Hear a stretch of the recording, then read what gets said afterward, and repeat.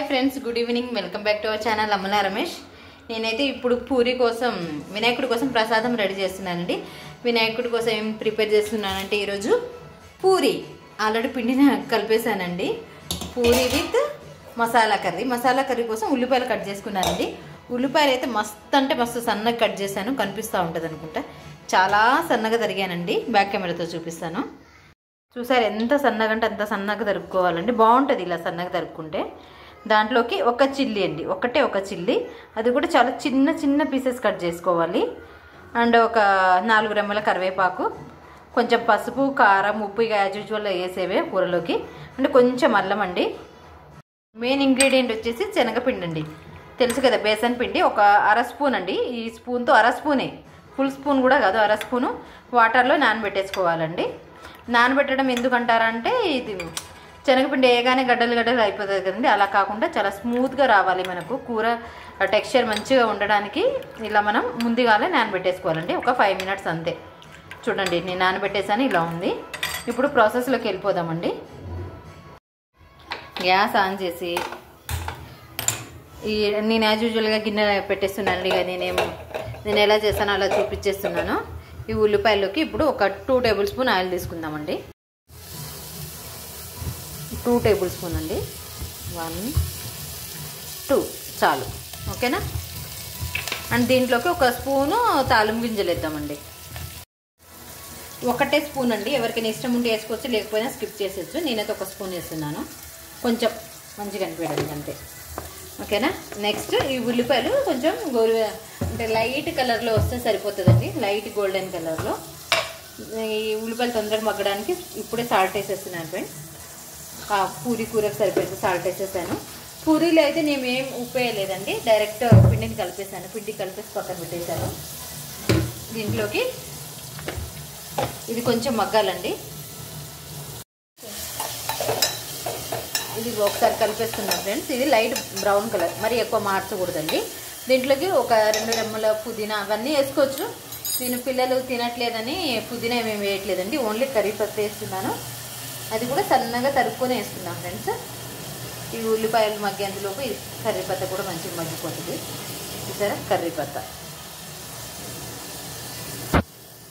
చిల్లీని చూసారా ఎంత చిన్న కట్ చేసుకుంటున్నానో, ఇలాగే కట్ చేసుకోవాలండి. తినేటప్పుడు మనం ఉల్లిపాయలతో సహా మంచిగా నోట్లోకి వెళ్ళిపోవాలి, అయితే బాగుంటుంది.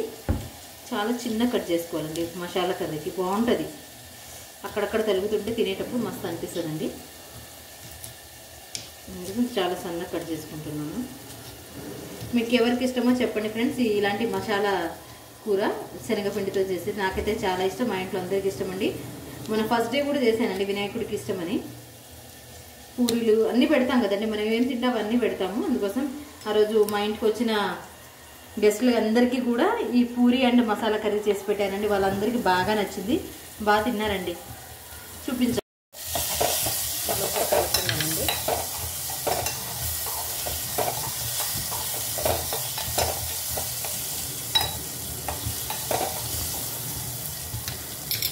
ఇప్పుడు దీంట్లోకి కొంచెం పసుపు వేసుకుందాం ఫ్రెండ్స్. కొంచెం అంటే కొంచెం సరిపోతుంది. ఒకసారి కలుపుకుందాం.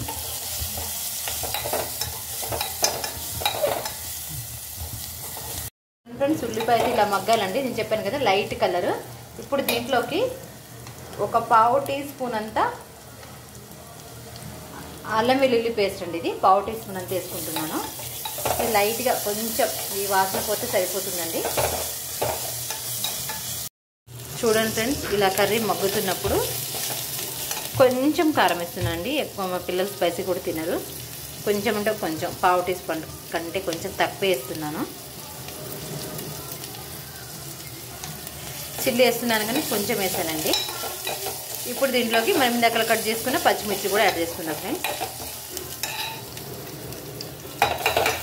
పూరి ఒకటే కాదండి, ఇంకా వినాయకుడికి ఫ్రూట్స్ కూడా పెడుతున్నాను నైవేద్యంగా. చూపిస్తాను ఈరోజు మీకు. చాలండి, పచ్చిమిర్చి వేగాల్సిన అవసరం అయితే అసలే లేదు. ఇప్పుడు మనం దీంట్లోకి మనం ముందుగా ప్రిపేర్ చేసుకున్న ఆ పిండి ఉంది కదండి, లిక్విడ్, దాన్ని యాడ్ చేసుకుందాం. ఈ శనగపిండి లిక్విడ్ని దీంట్లో పోసుకుందామండి. అంతే, ఎంతో ఈజీగా చేసుకోవచ్చండి. మొత్తం పోసేసాను. మనం పిండి వేడెక్కే కొద్దీ చిక్కగా అవుతుందండి. ఇప్పుడు దీంట్లో కొంచెం వాటర్ తీసుకుందాము. ఇంకొంచెం వాటర్. ఓకే,